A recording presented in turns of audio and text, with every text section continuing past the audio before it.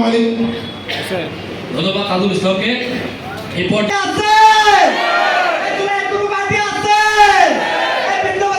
ছাত্র দলকে নিষিদ্ধ করা হবে। যে ছাত্র দল আমার সন্তান আত্মত্যাগ করেছেন। ব্রাহ্মণবাড়িয়া একটি ঐতিহ্যবাহী জেলা, যুবশক্তি ছাত্র শক্তির নেতৃবৃন্দ আন্দোলনের নেতৃত্ব যারা এখন আমাদের জাতীয় নাগরিক। আমরা চাই এই মানুষের আকাঙ্ক্ষা বাস্তবায়ন করতে যদি আমাদের জারি করে তার সুফল জনগণের কাছে সাথে বলতে হয় যে এই বাংলাদেশ জাতীয়তাবাদী দলের পক্ষে পৃথক সচিবালয় তৈরি করে বিচার বিভাগকে বাংলাদেশকে আবার স্ব ক্ষেত্রে ফেরত নিয়ে আসা হয়। আবার বাংলাদেশ সুপ্রিম কোর্ট আমাদের জাতীয় নাগরিক পার্টির পদযাত্রার উপরে তারা হামলা করেছে, যে অত্যন্ত নিন্দনীয়। প্রতিবাদ করতে হয়, প্রতিরোধ করতে হয়, তাহলে সংগঠনকে অবশ্যই শক্তিশালী করা। ব্রাহ্মণবাড়িয়ার সাথে এটার অনেক বেশিভাবে কানেক্টেড, কারণ ব্রাহ্মণবাড়িয়া হচ্ছে সেই জেলা মোদি বিরোধী আন্দোলনে যে জেলা থেকে সবচেয়ে বেশি শহীদ হয়েছে। এবং সর্বশেষ জুলাই গণঅভ্যুত্থানে যখন সারা দেশের মানুষ রাজপথে নেমেছিল, তখনও ব্রাহ্মণবাড়িয়া সারা দেয়নি। কেন্দ্রীয় নেতৃবৃন্দের পরামর্শে আজ 1 আগস্ট আমরা বিশ্ব রুট মোড়ে সর্বপ্রথম আন্দোলন সংগঠিত করি। সুতরাং আমাদের সামনে কিন্তু আর একটা কঠিন সময়। আমাদের যে লক্ষ্যে, যে উদ্দেশ্যে জুলাই গণঅভ্যুত্থান সংগঠিত হয়েছিল, সেই উদ্দেশ্য আজকে ভুলুণ্ঠিত হওয়ার পথে। এখন আমাদের করণীয় কি? আমরা আজকে দাঁড়িয়ে আছি বিচারহীনতার এক পরিবেশে। এই 2 বছরে মাত্র 60টি বিচার, 590টি বিচারের মধ্যে মাত্র 60টি বিচারের রায় হয়েছে, আর সবগুলো বিচারাধীন কিংবা তদন্তে রয়েছে। এটা কি মেনে নেওয়া যায়? 2টা বছর পার হয়ে যাওয়ার পর মাত্র 60টা বিচার। আমরা 11 দলীয় ঐক্য জোট আমরা স্পিকারের কাছে গিয়েছিলাম স্মারকলিপি নিয়ে, এবং আরও গিয়েছিলাম চিফ প্রসিকিউটরের কাছে যে আপনারা বিচারে কি করলেন। স্মারকলিপি নিয়ে যখন যাই, ওনাদের সাথে কথা হয়, ওনারা বলছিল এই বিচারগুলোকে ওনারা অগ্রাধিকার দিবেন এবং 1 বছরের মধ্যে সেগুলো পূরণ করবেন। আমি তখন বলেছিলাম যে আপনাদের কেন এরকম দেরি? অনেক আইনজীবীদের সাথে আমাদের কথা হয়, তখন ওনারা বলছিল যে ওনাদের ট্রাইব্যুনালের সমস্যা। তাহলে ওনারা ট্রাইব্যুনাল গঠন করুক, অতিরিক্ত ট্রাইব্যুনাল গঠন করবেন এবং আমাদের বাচ্চাদের বিচারগুলো ওনারা ত্বরান্বিত করবেন। আমি প্রধানমন্ত্রীর কাছে এটাই আশা রাখছি। তারপর আপনারা দেখেন জুলাইকে মুছে ফেলার একটা ষড়যন্ত্র চলছে। অ্যাক্টিভিস্ট যারা, কালচারাল অ্যাক্টিভিস্ট যারা, তারা জুলাইকে মুছে ফেলবে, বিভিন্ন রকম বিবৃতি দিচ্ছে, ন্যারেটিভ তৈরি করছে। কিন্তু সেটার বিরুদ্ধে আমাদেরকে রুখে দাঁড়াতে হবে, আমাদেরকে কথা দিতে হবে তাদেরকে, আমাদের সরকার প্রধানকে, যে এই যে আমাদের জুলাইয়ের পক্ষে এরকম একটা আত্মস্বীকৃত একটা জুলাই বিপ্লবকে ওনারা মুছে ফেলার চেষ্টা করছে। এটা যদিও কোনো দিন সম্ভব নয়, ওনারা বৃথাই চেষ্টা করছে। তারপরও আমি বলবো এই আমাদের শহীদদের স্মৃতি সংরক্ষণ করার জন্য, ওদেরকে সম্মানের জায়গায় নিয়ে যাওয়ার জন্য আমাদের প্রতিটি জেলায় প্রতিটি জায়গায় আমাদের স্মৃতিস্তম্ভ, আর্কাইভ এবং বিভিন্ন ধরনের গবেষণা হওয়া দরকার। আমি বেশি আর কথা বলবো না, যদিও সব কথাই চলে এসেছে।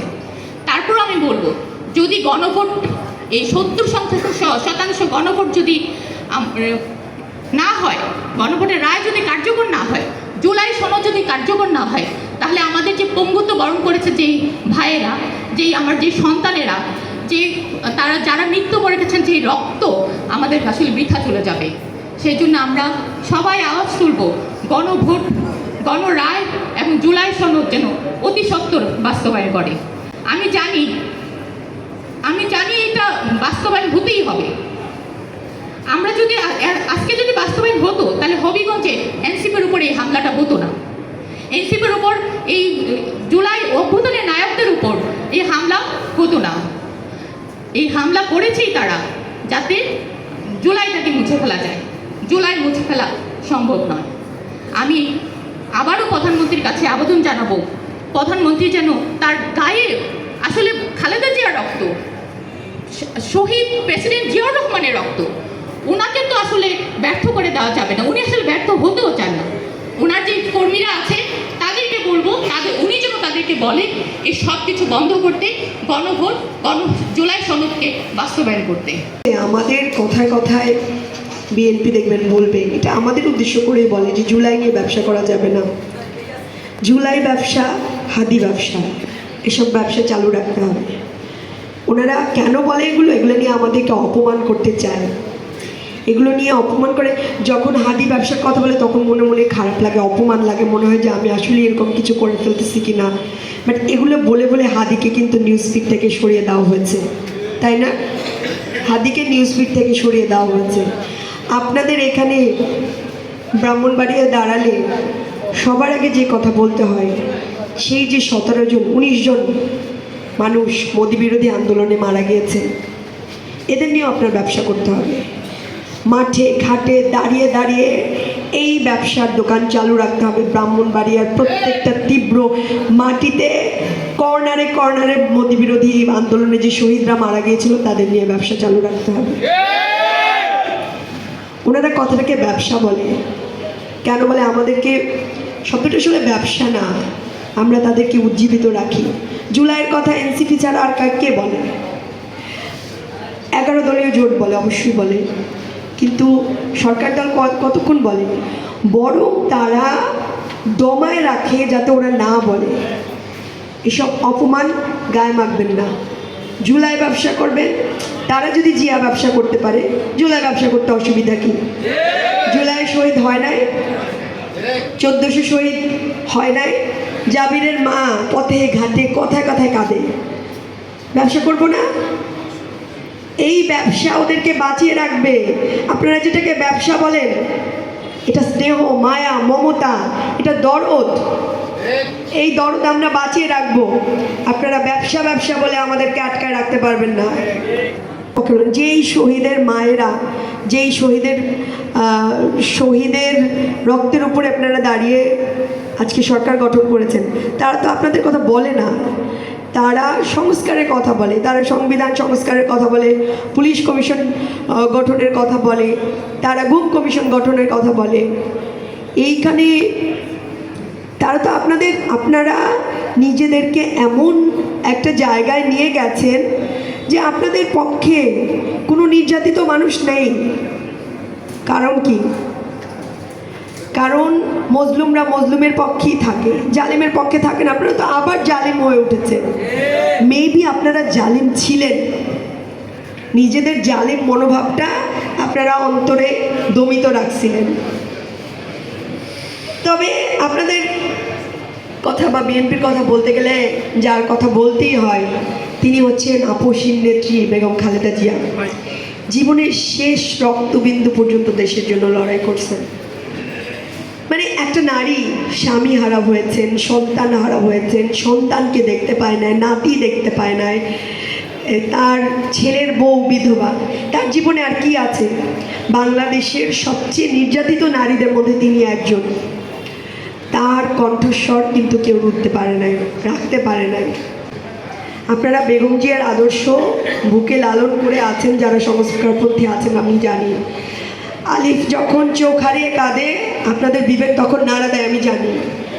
আপনারাও সংস্কারের পথে চলে আসেন, বেগম জিয়ার আদর্শকে ভুলে যায় না। বেগম জিয়া বারবার বলে গিয়েছিলেন, স্পষ্ট বলে গেছিলেন যে এই বস্তি দিয়ে সন্ত্রাসী দিয়ে ছাত্রদল গঠন করবেন না। আপনারা তাই করছেন, তারেক জিয়া বলছেন যে ঘরে ঘরে চাকরির ব্যবস্থা করে দেবে। ঘরে ঘরে চাকরির ব্যবস্থা করছে। কিসের চাকরি জানেন? চাঁদাবাজির চাকরি। এই যে মানে লজ্জার, অত্যন্ত লজ্জার। দেখেন, দলীয়করণ করে ফেলছে সব কিছু একই স্টাইলে। আরে ভাই, 6 মাস ক্ষমতায় আসছেন, 6 মাস বা 1 বছর ভালো হওয়ার অভিনয় তো করেন। মানে আপনাদের মধ্যে এত লোভ, এত আকাঙ্ক্ষা যে আপনার দল 6 মাস ভালো হওয়ার অভিনয়ও করতে পারেন না। আর ওই যে কথা তো ওই যে 17 বছরের মজলুম এখন জালিম হয়ে উঠছে। তো বিচার বিচার নিয়ে কথা জারি রাখতে হবে। হাসিনা এখানে বসে উঁকি দেয়, পালাবো না বলে পালায় গেছে, আসি বলে আসে না, কিন্তু আমরা তো ফাঁসি দড়ি নিয়ে দাঁড়ায় আছি, তাই না?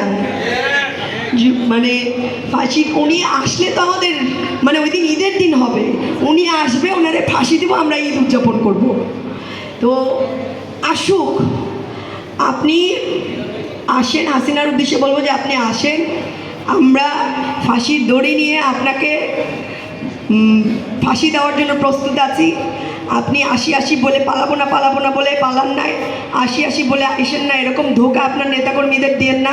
কারণ আপনাদের এই পতিত ছাত্রলীগ, আওয়ামী লীগেরা অনেক স্বপ্ন ধরে আছে যে মনে হয় আসবে, আসলে আপা ওদেরকে একটু বুঝ দিয়ে রাখে যে আমি আসি, তাহলে এগুলো ভণ্ড কথা, ওদেরকে বুঝ দিয়ে ওদেরকে রাস্তায় নামায়, মাইর খাওয়ায়।